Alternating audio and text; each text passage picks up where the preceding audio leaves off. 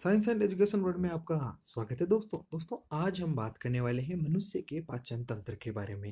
दोस्तों ये इसका फर्स्ट पार्ट है। यहाँ पे मैं सिर्फ आपको इसके जो अंग है उनके बारे में ही बताऊंगा। भोजन का पाचन कैसा होता है और भोजन किस भाग में क्या कहलाता है इसका मैं अलग से पार्ट 2 बनाऊंगा। उसके के अंदर मैं आपको भोजन के पाचन के बारे में बताऊंगा। यहाँ सिर्फ मैं आपको अंगों के बारे में ही बताऊंगा। तो बिना देर के चलते हैं दोस्तों पाचन तंत्र के ऊपर।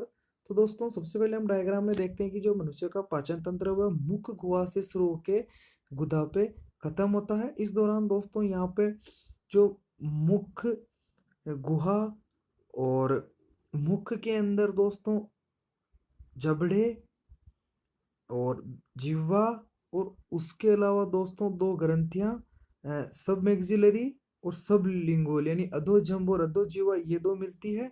उसके बाद दोस्तों जो ग्रसनी और उसके बाद ग्रसिका और उसके बाद दोस्तों आ जाता है अमाशय जो जय आकार का होता है। और अमाशय के यहाँ जो अमाशय और छोटी आंत है उसका जो दोस्तों एक अपन बोल सकते हैं कि जो सीमा क्षेत्र है ये डुडोनियम कहलाता है। फिर उसके बाद जो छोटी आंत होती है वो उसका जेजुनम और इलियम भाग कहलाता है। और दोस्तों ये जो भाग है ये बड़ी आंत है। और जो बड़ी आंत का जो अवशेषी अंग है ये दोस्तों कृमि रूपी प्रशिक्षिका या दोस्तों इसको बोलते हैं हम अपेंडिक्स जो अब एक अवशेषी अंग है। क्योंकि दोस्तों ये जब मानव फल फ्रूट का सेवन करता था जब वो आदि मानव था तब दोस्तों ये सेलुलोज को पचाने का कार्य करता था। अब दोस्तों ये कोई कार्य इसका नहीं है। और अब दोस्तों उसके बाद आता है मलाशय। मलाशय में दोस्तों मल एकत्रित रहता है और फिर वो गुदा द्वार के द्वारा बाहर त्याग दिया जाता है। अब दोस्तों हम एक एक के बारे में विस्तृत चर्चा कर लेते हैं। तो दोस्तों जो मनुष्य का पाचन तंत्र है वो दो घटकों से मिलकर बना होता है। पहला है आहार नाल और दूसरा है पाचक ग्रंथियां। आहार नाल में भोजन का पाचन होता है जबकि जो पाचक ग्रंथियां हैं वो लार का स्त्राव करती है जो भोजन को लसलसा बनाने में उपयोगी है। दोस्तों आहार नाल, अब आहार नाल जो है यह मुख से गुदा तक फैली हुई होती है और यह कुंडलित होती है और लगभग 4.5 मीटर इसकी लंबाई होती है। और दोस्तों यह मुख जो गुहा होता है उसका जो पहला अंग है मुख, मुख के अंदर जबड़े और जिह्वा और ग्रंथियां। जो ग्रंथियों के बारे में मैं आपको पाचक ग्रंथियों में बताऊंगा। और जबड़े जो दोस्तों हैं वो है कृतनक, रदनक और अगर चौड़नक, इन चार प्रकार के दांत उसमें होते हैं।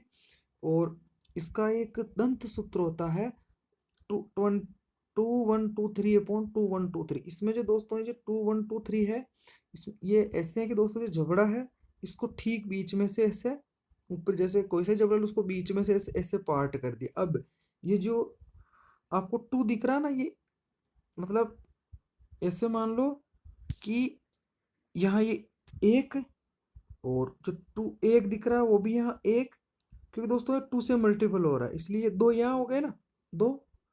और यानी फिर ये 2 तो यहाँ पे 2 और ये फिर 3 यानी ऐसे करें यानी 2 इधर 2 1 2 और 3 यानी ये हो गए दोस्तों 8, वापिस 8 ही इधर और नीचे वाले में वापिस 8 इधर और 8 ही इधर।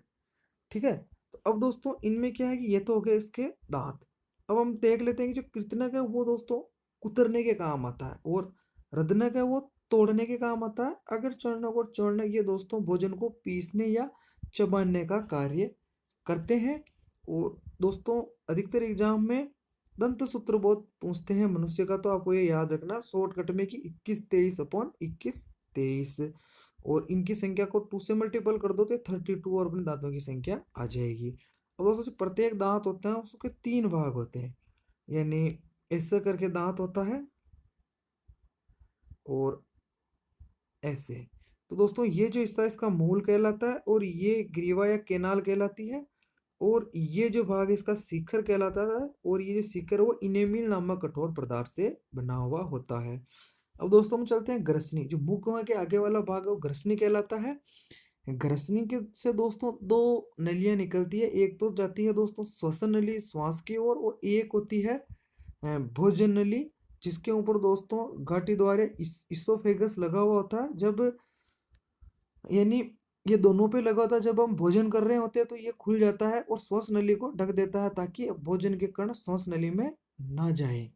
ओके दोस्तों, अब होती है ग्रसिका। दोस्तों ये 25 सेंटीमीटर लंबी होती है और ये इसमें 4 स्तर पाए जाते हैं। बाह्य पेशी स्तर, श्लेष्मा स्तर, अर्ध श्लेष्मा स्तर और सिरोसा। ये सारे जो स्तर है ये भोजन को क्रमाकुचन गति प्रदान करते हैं।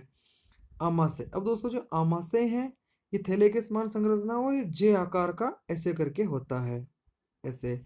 ओके दोस्तों, अब इसके 3 भाग होते हैं। पहला भाग तो होता है ऊपरी भाग फर्डियक, निचला भाग पाइलोरिक और एक होता है ग्रंथियों वाला भाग जिसमें होता है जठर ग्रंथि और जठर निर्गम। जो जठर ग्रंथि है वो जठर रस का स्त्राव करती है, जिसमें जो जाइनोजन कोशिकाएं होती है वो पेप्सिनोजन का, और अम्लजन कोशिकाएं होती है वो HCl का स्त्राव करती है।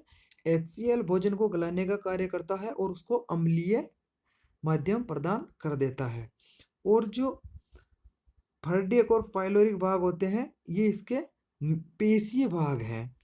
अब दोस्तों जो जठर निर्गम भाग है वो दोस्तों श्लेष्मा का स्त्रावण करता है, क्योंकि जो HCl का स्त्रावण होता है दोस्तों वो अम्लीय होता है, तो वो आमाशय की दीवार को ना गला दे, इसलिए वो श्लेष्मा या म्यूकस का स्त्रावण होता है, जिसकी वजह से इसकी दीवारें सुरक्षित रहती है।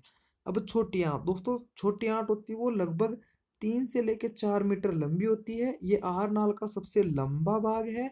ये 3 भागों में होती है, ग्रहणिया, डुडोनियम, जेजुनम और इलियम। जो ग्रहणिया डुडोनियम में यू आकार की होती है, ऐसे करके जो अमाशय और छोटी आंत का एक लिंक है। जेजुनम में ये द्वितीय खंड है, ये लगभग कुंडलित होता है और इसमें सबसे ज्यादा भोजन का पाचन होता है। इलियम ये अंतिम खंड है, ये भी लंबा और कुंडलित होता है। जो छोटे आंत की जो दोस्तों भित्ति है वो 4 स्तर से बनी होती है और पहली जो स्तर होती है उसको ब्रूनर बोलते हैं। इसमें दोस्तों अंगुली के समान ऐसे प्रवर्ध निकले होते हैं जो भोजन के पाचन का कार्य करते हैं। और दूसरा भाग होता है वो श्लेष्मी होता है, ताकि जो एंजाइम है वो छोटी आंत्र की दीवारों को ना गला दे। अब दोस्तों जो बड़ी आंत्र है, दोस्तों जो बड़ी आंत्र होती है इसका कार्य जल के अवशोषण का होता है। और इसमें दोस्तों कोलन जो इसका जो संधि स्थल है छोटी आंत और बड़ी आंत का, उसको कोलन बोलते हैं। और ये एक अवशेषी अंग है जिसको कृमि रूपी प्रेसिका या अपेंडिक्स भी बोलते हैं। कोलन के जो सिरे होते हैं, कोलन के अंदर दोस्तों क्या होते हैं कि अंगुली के समान प्रवर्ध पाए जाते हैं जो भोजन के अवशोषण का कार्य, मतलब जल के अवशोषण का कार्य करते हैं। बड़ी आंत का अंतिम भाग मलाशय कहलाता है और मलाशय गुदा द्वार में खुलता है या गुदा में खुलता है। और गुदा में दोस्तों अवरोधनियां पाई जाती है और ये गुदा जो होता है दोस्तों मल का कार्य करता, मल का त्यागने का कार्य करता है। और इसके 4 स्तर होते हैं, सिरोसा, म्यूकोसा, सब म्यूकोसा और म्यूकोसा, यानी ये इस प्रकार करके इसके 4 स्तर होते हैं। यहाँ से तो यहाँ से दोस्तों म्यूकोसा, सब म्यूकोसा, मस्कुलिस और सिरोसा, इस प्रकार इसके भाग होते हैं। अब दोस्तों हम चलते हैं पाचक ग्रंथियों पे। दोस्तों जो पाचक ग्रंथियां होती है वो सारी ही लार का स्त्रवण नहीं करती है। लार का स्त्रवण सिर्फ 3 ग्रंथियां करती है। पहली है पेरोटिड, दूसरी है सब मैक्सिलरी या सब लिंगुइल यानी कर्णपूर्व, अधोजम्ब, अधो जिह्वा, ये सभी लार का स्त्रवण करती है। लार की दोस्तों प्रकृति वो सारी होती है, याद रखें यहाँ पे सारी होती है।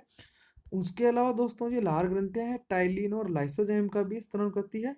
जो टाइलिन है वो स्टार्च का पाचन माल्टोज में करता है। दोस्तों इसके बारे में मैं भोजन के पाचन के बारे में अलग वीडियो में बताऊंगा।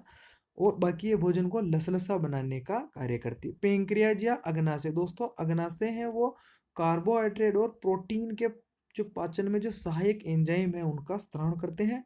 लीवर। दोस्तों जो लीवर है वो अपने शरीर की सबसे बड़ी ग्रंथि है और इसका भार 1 से लेके 1.5 किलो तक होता है। और ये दोस्तों 2 पालियों में बड़ा होता है। दाहिनी पाली बड़ी होती है और बाहीं पाली छोटी होती है।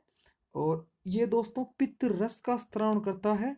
जो पित्त रस है वो दोस्तों पित्ताशय में एकत्रित होता है और ये हल्का सार ये होता है।